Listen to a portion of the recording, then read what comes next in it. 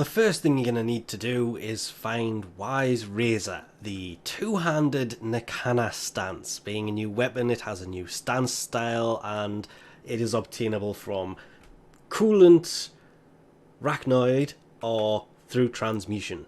And I am still in Harrow's hands in that particular getup, which is a 10 gen skin. That looked pretty badass as we came in there, but this Mastery Rank 7 two-handed nikana, I did originally say this thing looks pretty nice stat-wise, but the more I look at it, yes, it has radiation, but it's pretty low on the impact and such, but it does have an attack speed of 1, but the crit of 11 might be a bit too low. Plus, with the new melee system, auto-blocking, that 60% incoming reduction is kind of necessary. The blueprint can be purchased from the marketplace for 20,000 credits, or 275 platinum if you wish to buy this.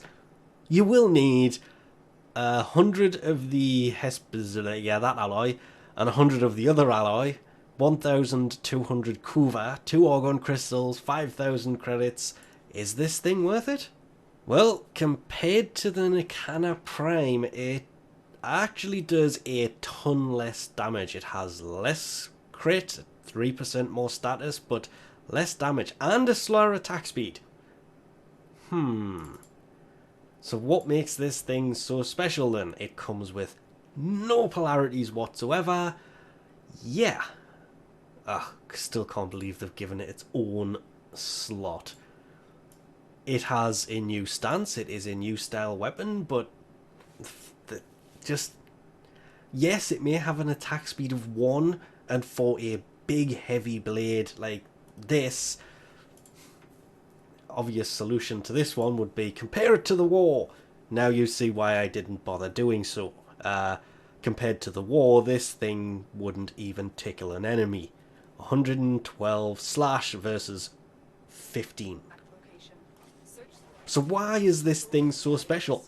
And with it being a no polarity weapon, I did throw in 2 Vs for this, which basically have Prime Pressure Point and Prime Fury on this. You can put Prime Reach in this if you want, but I have the all 4 dual stat elemental mods, Drifting Contact, and of course Condition Overload, because Condition Overload will plus 60% melee damage per status type. And this thing, I managed to get 3 different elements. Corrosive has 304.8, Blast has 304.8, and even Radiation's on there, but it's only 82. Still more than the physical damage this thing has, but the fact that it also has the physical damage makes this thing one of those weapons that it's not good for crit, it's not gonna go 100% status, but having 3 different elemental combos on it and the 3 physical attacks, it's not that bad.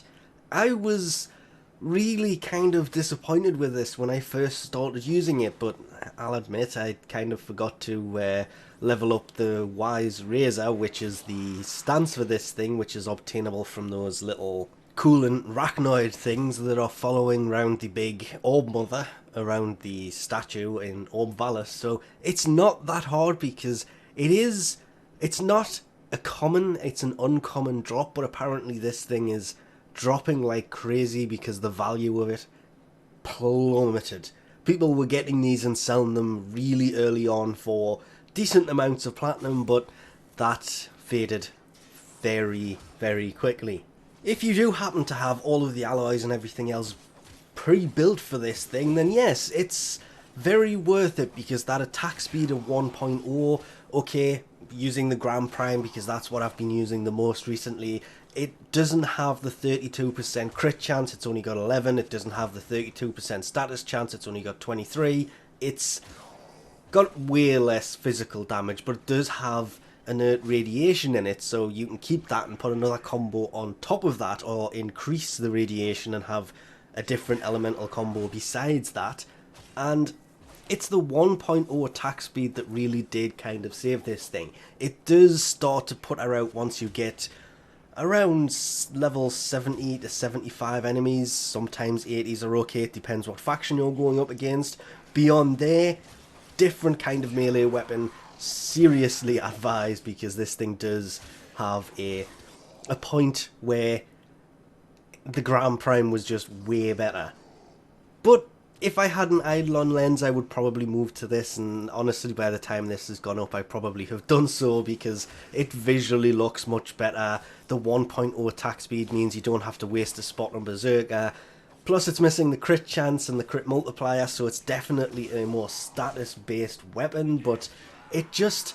the hype that was behind this, yes, I will agree, it wasn't really there, but it's not that bad of a weapon. It could have been way better, just not even increasing the damage, just that charged attack thing. If that was built into it and you didn't have to defeat enemies to charge it and then you can release the charge, it just kind of did it like Exalted Blade, it would be a new weird feature to it that would have made it way more worth it, but that doesn't do enough damage to justify it. But if you take, again, that 1.0 attack speed into account, this thing ended up being, just because of the visual stuff and the fact that it's already ready for Melee 3.0 Phase 2 or Phase 3, whenever they get round to changing all of the weapons. This thing may get better, we don't know, we'll have to find out then, but even so, they can't make it a lot better than it is now, because it's not that bad. It was just hyped to be so much better than this that